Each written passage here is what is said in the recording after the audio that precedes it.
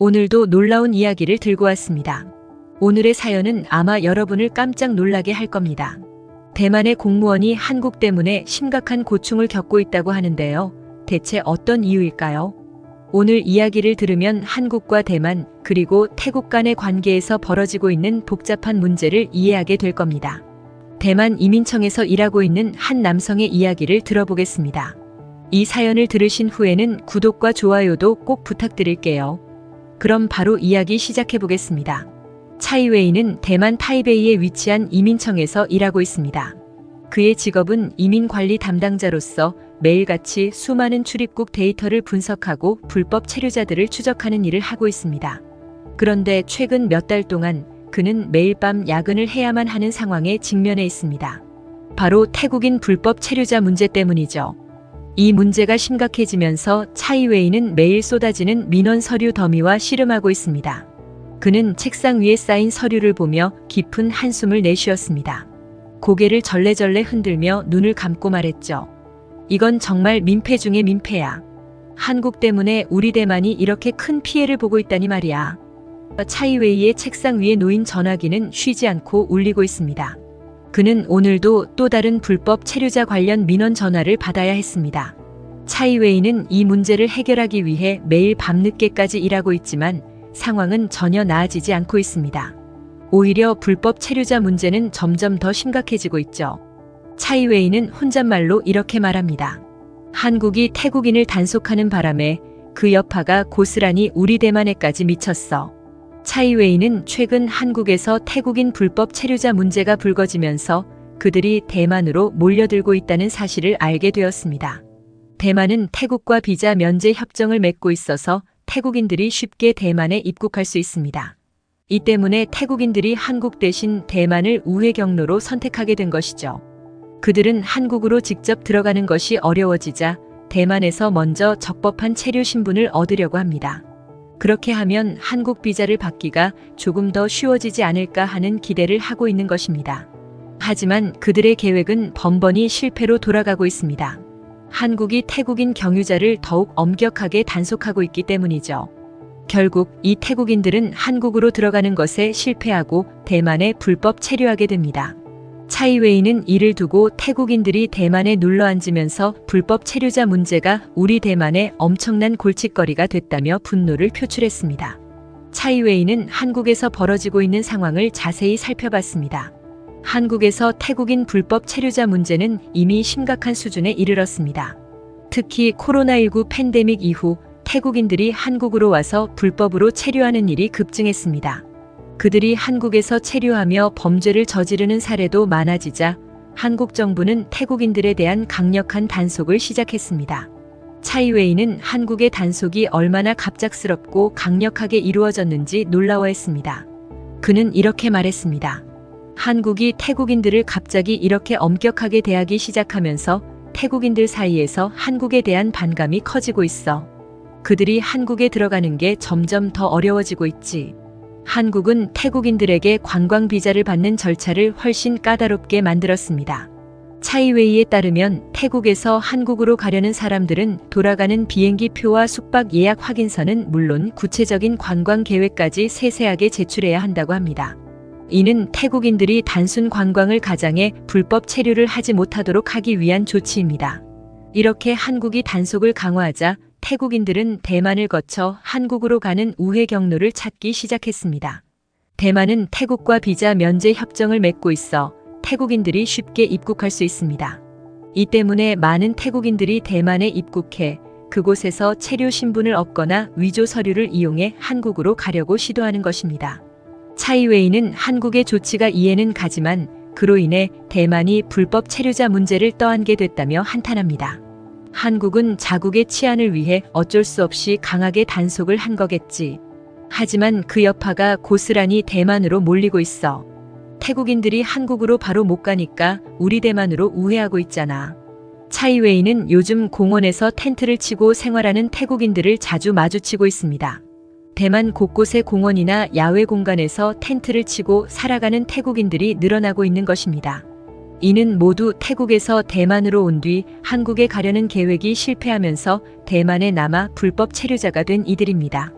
차이웨이는 한번 직접 공원에서 생활하는 태국인들을 조사하러 나갔습니다. 그곳에서 만난 태국인들은 자신들이 원래 한국에서 오랫동안 불법 체류했던 사람들이라고 말했습니다. 한국에서 불법 체류를 하다가 단속에 걸려 태국으로 강제 송환된 사람들이었죠. 그들은 한국에서 다시 일할 수 있는 기회를 얻기 위해 대만을 경유해 한국으로 가려 했지만 그 시도마저 실패하고 말았습니다. 차이웨이는 그들의 이야기를 듣고 나서 무거운 마음이 들었습니다. 그들 또한 절망에 빠져 있었습니다. 우리는 한국에 다시 가야 해요. 우리의 생활 터전이 모두 한국에 있단 말이에요. 그들의 눈에는 절망과 슬픔이 가득했습니다. 차이웨이는 이들을 보며 생각했습니다. 대만에서도 이들은 불법 체류자일 뿐이야. 우리도 이 문제로 골머리를 앓고 있는데 그들에게도 답이 없어 보이네. 대만 정부는 태국인 불법 체류자 문제를 해결하기 위해 총력을 다하고 있습니다. 하지만 불법 체류자는 대만 전역에서 급격하게 늘어나고 있으며 이들을 추적하고 단속하는 것은 결코 쉽지 않은 일입니다. 타이베이뿐만 아니라 타이중과 같은 대도시에서도 불법 체류자들이 공공장소를 무단으로 점유하면서 주민들과 갈등을 빚고 있습니다. 이에 따라 차이웨이의 부서로 민원이 폭주하고 있는 상황입니다. 차이웨이는 말합니다. 이 문제를 해결하려면 인력과 자원이 필요해. 하지만 우리에겐 그 모든 것이 부족해. 그래서 빠르게 대응할 수 없고 상황은 점점 더 악화되고 있어. 한국처럼 태국인들의 입국을 더 까다롭게 할 수도 없고 말이야. 대만 내 태국인 불법 체류자 문제가 심각해지면서 이들은 비밀 고용 네트워크를 통해 숨어서 일하기 시작했습니다. 차이웨이는 최근 타오위안 지역에서 대규모로 불법 체류자들을 고용한 공장이 적발되었다는 소식을 들었습니다. 그곳에서 일하던 대부분의 노동자들이 태국인 불법 체류자였던 것입니다. 이 불법 체류자들은 위조 서류를 사용해 임시 체류를 연장하거나 불법 브로커를 통해 은밀하게 고용되었습니다. 차이웨이는 말합니다. 이 문제는 시간이 갈수록 더 심각해지고 있어. 추적하고 단속하려고 해도 그들은 점점 더 깊이 숨어들고 있거든. 정말 잡기 어려워지고 있어. 이렇게 대만 곳곳에서 불법 체류자들이 증가하면서 대만 사회의 불안감은 점점 더 커져가고 있습니다. 일부 주민들은 불법 체류자들이 생활하는 공원이나 거리에서 위생 문제와 안전 문제를 우려하고 있으면 차이웨이의 부서로는 시급히 해결해달라는 요청이 쏟아지고 있습니다. 하지만 차이웨이는 절박한 현실을 호소합니다. 우리가 할 수 있는 건 한계가 있어. 인력도 부족하고 불법 체류자들은 점점 더 교묘해지고 있어. 이 상황에서 우리 이민청은 더 이상 빠르게 대응할 수 없어. 그저 문제만 쌓여가고 있을 뿐이지. 차이웨이는 한국이 부럽다고 말합니다. 한국은 이미 태국인 불법 체류자 문제를 효율적으로 해결하기 위한 시스템을 갖추고 있기 때문입니다. 한국은 지문 인식 시스템과 얼굴 인식 기술을 활용해 불법 체류자들을 실시간으로 추적하고 그들의 출입국 기록을 중앙 데이터베이스에 저장해 즉각적인 대응이 가능하게 만든 것입니다. 차이웨이는 한국의 대응 방식이 부러우면서도 동시에 원망스럽다고 말합니다. 한국은 자국의 문제를 해결하는 데 있어 정말 탁월해. 그들의 대응 방식은 우리가 따라가고 싶어도 따라가기 어려울 정도로 고도화되어 있지. 그런데 그로 인해 대만이 이렇게 큰 피해를 보고 있으니 솔직히 말해 원망스럽기도 해. 차이웨이는 한국의 지문 인식 시스템을 살펴보며 놀라움을 금치 못했습니다. 한국은 모든 외국인이 입국할 때 지문과 얼굴 사진을 제공해야 하며 그 정보는 출입국 관리국의 중앙 데이터베이스에 저장됩니다. 이렇게 저장된 정보는 불법 체류자나 범죄 연루자가 있는지 즉시 확인할 수 있도록 해주죠. 차이웨이는 한국의 이 시스템이 정말 효율적이라고 느꼈습니다. 그는 말합니다. 대만에도 지문 인식 시스템이 있긴 하지만 한국처럼 실시간으로 정보를 확인하거나 정교하게 운영되진 않아. 그래서 불법 체류자들이 도망가도 추적하기가 힘들어. 한국은 그에 비해 정말 대단해. 불법 체류자들이 쉽게 숨거나 이동할 수 없게 만들었으니 말이야. 차이웨이는 또한 얼굴 인식 기술을 결합한 CCTV 감시 시스템에도 큰 충격을 받았습니다. 한국은 CCTV를 통해 불법 체류자들을 실시간으로 감시하고 있으며 이 시스템은 출입국 관리 시스템과 연동되어 불법 체류자가 발견되면 즉각적으로 경고를 받을 수 있는 방식으로 운영되고 있습니다. 차이웨이는 말합니다. 이런 건 정말 영화에서나 나오는 장면 아니야? 그런데 한국에서는 이게 실제로 작동하고 있다니 믿기 어려워. 대만에도 비슷한 시스템이 있긴 하지만 한국처럼 정교하고 고도화된 시스템은 아니었습니다. 대만의 시스템은 성능이 떨어지고 불법 체류자를 추적하는데 한계가 많습니다. 차이웨이는 말합니다. 우리도 한국처럼 효율적인 시스템을 갖추고 싶지만 현실은 그저 모양새만 갖춘 채 아무런 도움이 안 되는 상태야. 알면 알수록 박탈감이 느껴질 뿐이야. 한국의 시스템은 단순히 기술적 우수성만을 보여주는 것이 아닙니다. 한국은 출입국 기록, 비자 상태, 범죄 기록 등을 실시간으로 확인할 수 있는 중앙 데이터베이스를 운영하고 있으며 이 데이터는 출입국 관리국, 경찰, 세관, 법무부가 공동으로 사용할 수 있는 시스템으로 연동되어 있습니다. 차이웨이는 이를 보고 우리는 여전히 발로 뛰며 불법 체류자들을 하나하나 찾아야 하는데 한국은 시스템을 통해 즉각적으로 대응할 수 있으니 정말 부럽다고 말했습니다. 차이웨이는 한국의 첨단 기술과 효율적인 대응을 보며 대만도 언젠가는 이런 시스템을 도입할 수 있기를 간절히 바라고 있습니다. 한국은 이미 오랜 기간 동안 이런 시스템을 구축해왔겠지. 그 결과가 지금의 출입국 관리 체계로 이어졌으니 말이야.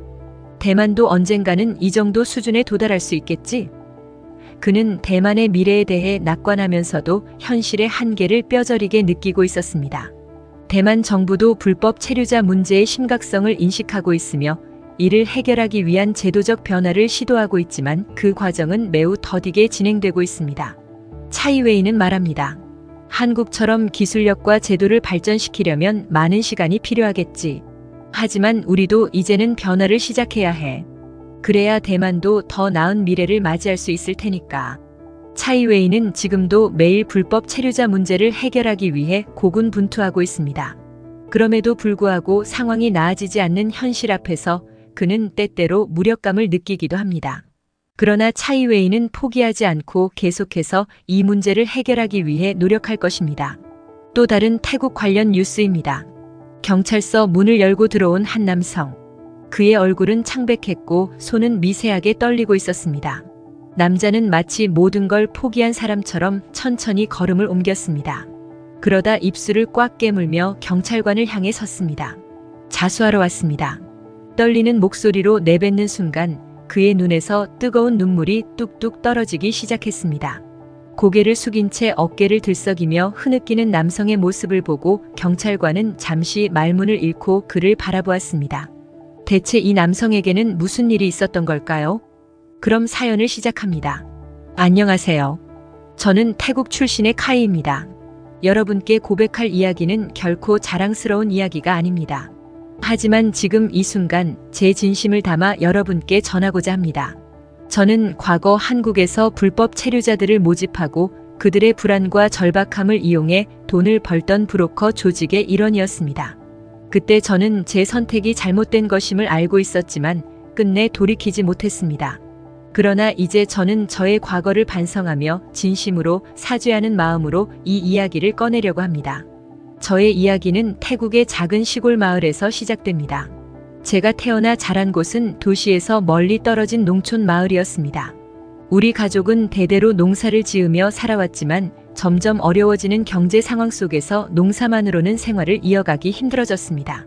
어렸을 때부터 저는 부모님께서 열심히 일하시지만 늘 힘들어하시는 모습을 보며 자라왔습니다. 동생들은 교육을 제대로 받지 못했고 우리 가족은 하루하루를 근근히 버텨야만 했죠. 저는 어렸을 때부터 부모님을 도와 농사를 지었지만 그마저도 큰 도움이 되지 않았습니다. 그러다 어른이 되자 저는 결심했습니다. 더 이상 이렇게 살 수는 없다는 생각이 들었습니다.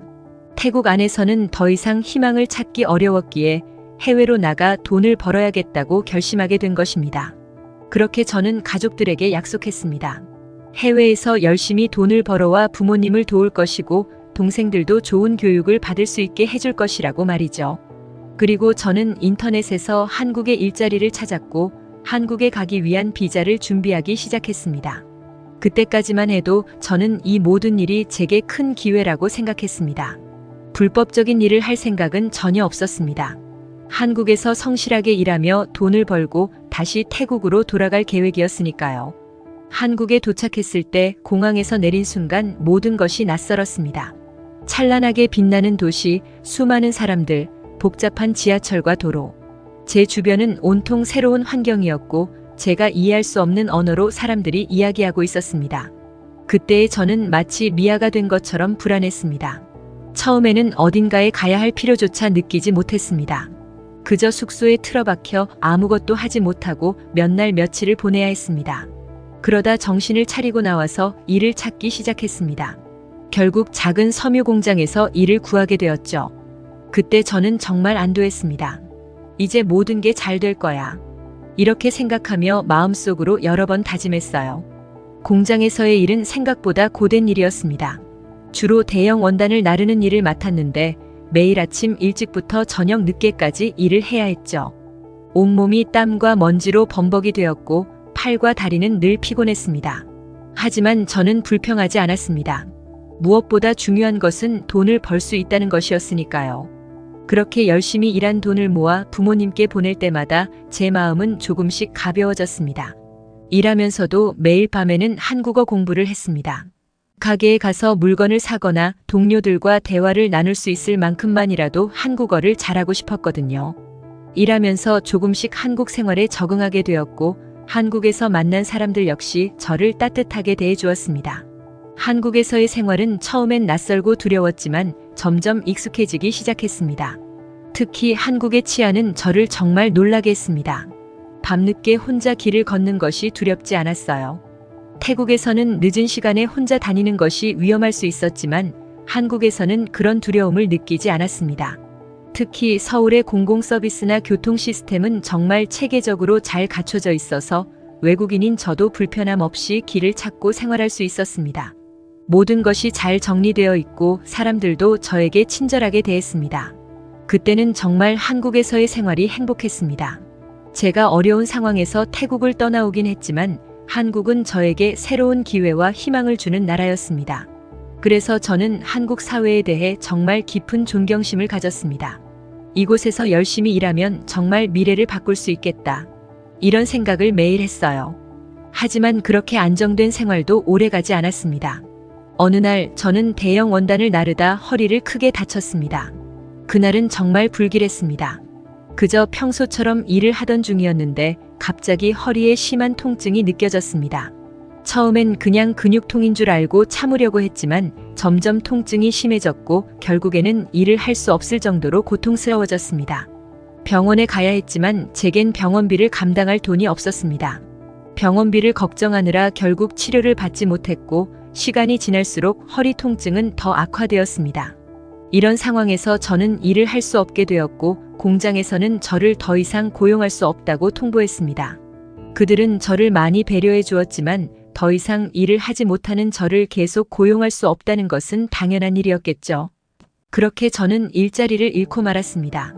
일자리를 잃은 후 제 삶은 급격히 무너져 내렸습니다.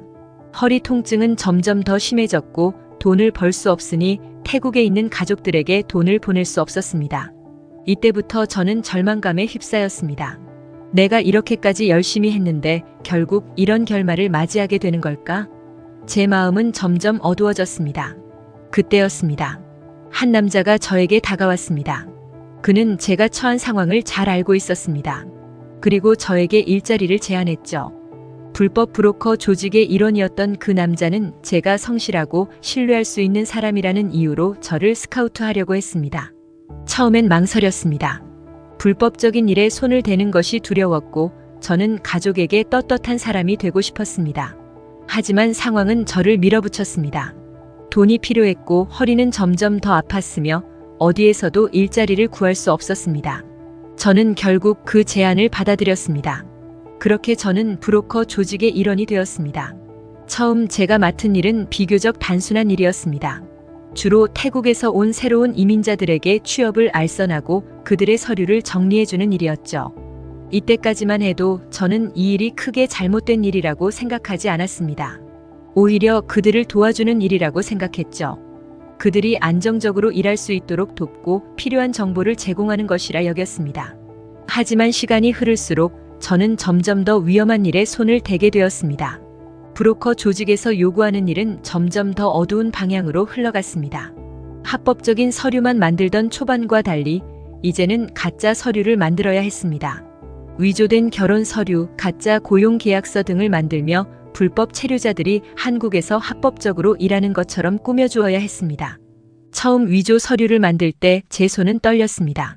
마음속에서는 이건 분명히 잘못된 일이다라는 목소리가 끊임없이 들려왔습니다. 하지만 그 목소리를 무시하고 계속해서 서류를 만들었습니다. 그때마다 저는 불안감과 죄책감을 느꼈지만 제 손에 들어오는 돈은 그러한 감정을 잠재울 만큼 컸습니다. 저는 점점 더 돈에 중독되어 갔습니다. 이건 가족을 위한 일이야. 스스로를 합리화하며 잘못된 길로 빠져들고 있었습니다. 어느 날 한 여성이 어린 아들과 함께 저를 찾아왔습니다. 그 여성은 남편이 한국에서 일하다 사고로 사망했고 이제 막대한 병원비와 남편의 빚을 떠안게 되었다고 했습니다. 눈물로 범벅이 된 얼굴로 그녀는 저에게 간절히 호소했습니다. 제발 우리 아들이 학교에 다닐 수 있게 도와주세요. 한국에서 정착할 수 있게 서류를 만들어주세요.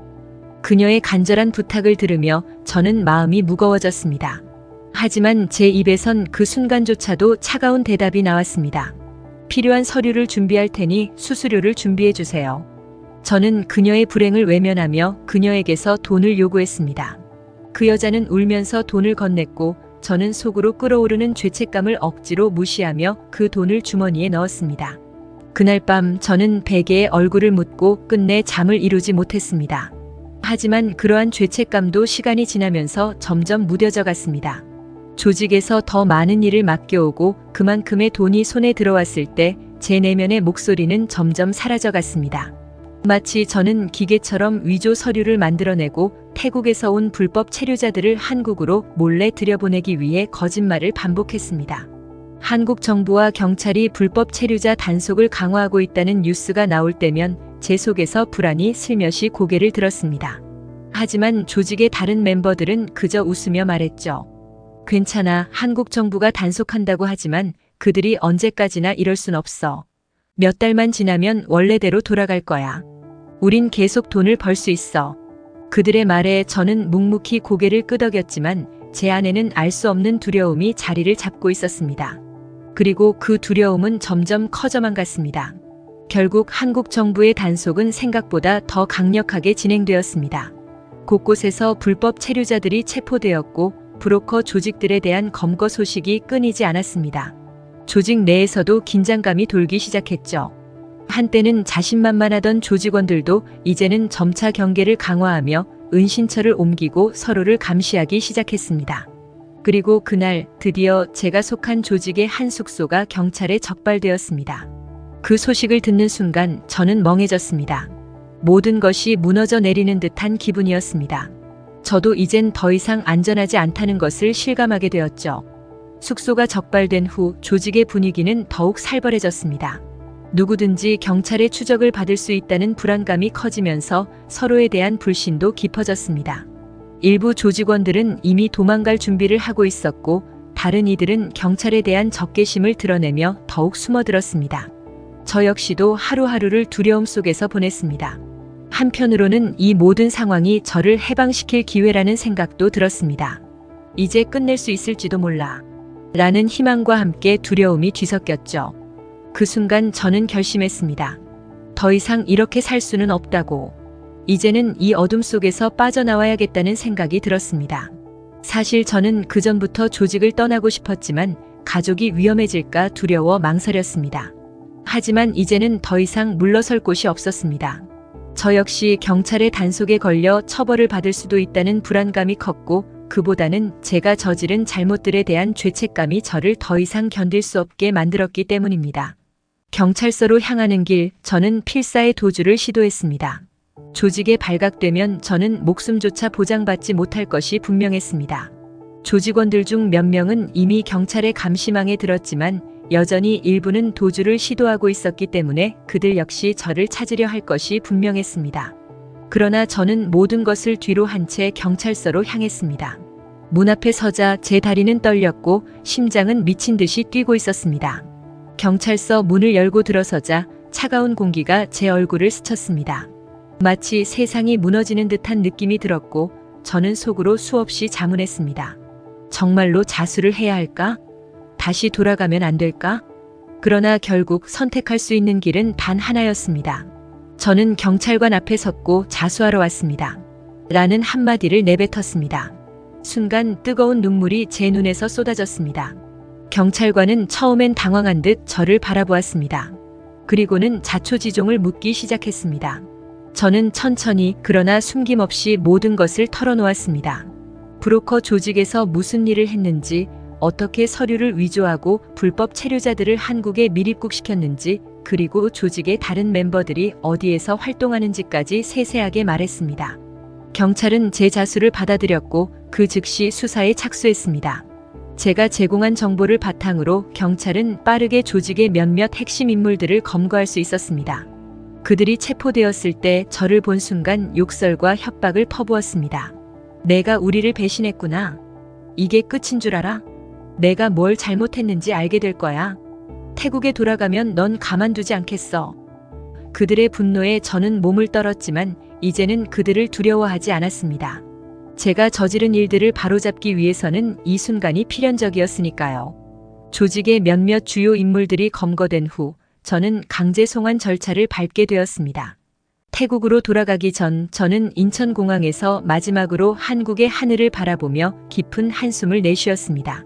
모든 것이 끝났다는 안도감이 들면서도 제가 한국에 끼친 피해에 대한 죄책감이 다시금 제 가슴을 짓누르고 있었습니다. 제가 처음 한국에 왔을 때 꿈과 희망을 품고 도착했던 그 순간이 떠올랐습니다. 그런데 지금 저는 그 꿈을 완전히 망가뜨리고 태국으로 돌아가야 했습니다. 태국에 도착한 후 저는 철저히 고립된 삶을 살게 되었습니다. 가족들은 저와 거리를 두었고 이웃 사람들은 저를 비난하며 배척했습니다. 제가 불법 브로커로 활동했다는 소식은 이미 퍼져 있었고 사람들은 저를 경멸의 눈초리로 바라보았습니다. 그 누구도 저를 받아주지 않았습니다. 그들은 저를 위험한 사람으로 범죄자로 낙인 찍었습니다. 하지만 더 저를 괴롭게 만든 것은 태국 사회의 변화였습니다. 한국 정부의 강력한 단속으로 인해 많은 태국인들이 한국을 혐오하고 배척하는 목소리를 내기 시작했습니다. 한국을 부정적으로 바라보며 한국 제품 불매 운동이 벌어졌고 심지어는 한국을 방문한 관광객에게 폭력을 행사하는 사건도 일어났습니다. 그 모습을 보며 저는 충격을 받았습니다. 한국은 저에게 기회를 준 나라였습니다. 하지만 태국인들이 저 같은 불법 체류자 때문에 한국을 오해하고 부정적으로 바라보고 있다는 사실이 저를 괴롭게 했습니다. 제 잘못된 선택이 태국과 한국 간의 관계에도 악영향을 끼치고 있다는 것을 느끼게 되자 죄책감은 더욱 커졌습니다. 저는 그들과 다른 목소리를 내고 싶었습니다. 한국은 결코 차별적이지 않았습니다. 오히려 저 같은 외국인에게 많은 기회를 주고 따뜻하게 대해준 나라였습니다. 하지만 저의 과거와 제가 저지른 일 때문에 저는 너무 초라한 존재가 되었고 제대로 목소리를 낼 용기가 없었습니다. 저는 태국으로 돌아온 이후 불법 체류자 문제와 브로커 조직의 실태를 알리고자 노력하고 있습니다. 아직 자수하지 않은 불법 체류자들과 브로커들에게 연락을 시도하며 그들에게 자수를 권유하고 있습니다. 제가 저지른 잘못을 바로잡기 위해서는 그들이 더 이상 잘못된 길을 걷지 않도록 막아야 한다고 생각하기 때문입니다. 저는 그들에게 한국의 현실을 설명하며 불법적으로 체류하는 것이 결국 더 큰 피해를 초래할 것이라는 사실을 전달하고 있습니다. 물론 지금 당장은 많은 이들이 제 말을 듣지 않겠지만 한 사람이라도 회유할 수 있다면 그것만으로도 제가 저지른 죄를 조금이나마 속죄할 수 있지 않을까 생각하고 있습니다. 저는 여전히 한국 사회에 끼친 피해를 결코 잊지 못할 것입니다. 한국은 저에게 기회를 주었고 저를 따뜻하게 맞이해 주었던 나라였습니다. 이제 저는 남은 삶을 바쳐 더 많은 사람들이 저와 같은 실수를 반복하지 않도록 돕고 한국과 태국 사이의 신뢰를 회복하는 데 조금이라도 기여하고자 노력하고 있습니다. 여러분, 제 이야기를 듣고 여러분께 진심으로 사과드리고 싶습니다. 제가 한국 사회에 끼친 피해에 대해 용서를 구하며 다시는 이런 일이 일어나지 않도록 끝까지 노력할 것을 약속드립니다. 오늘의 사연 어떻게 보셨나요? 오늘 이야기를 들으며 마음이 무겁고 복잡하셨을 것 같습니다. 불법 체류자 문제는 한국 사회와 국제적인 문제로 이어지는 심각한 문제입니다. 한국의 단속 강화와 그로 인한 반응은 단순히 법적인 문제를 넘어서 사람들의 삶과 국가 간의 관계에까지 영향을 미치고 있죠. 앞으로도 한국의 숨겨진 이야기들과 놀라운 사실들을 전해드리겠습니다. 영상이 좋으셨다면 구독과 좋아요 부탁드립니다. 그리고 알림 설정도 잊지 마세요. 더 많은 이야기가 기다리고 있습니다. 감사합니다.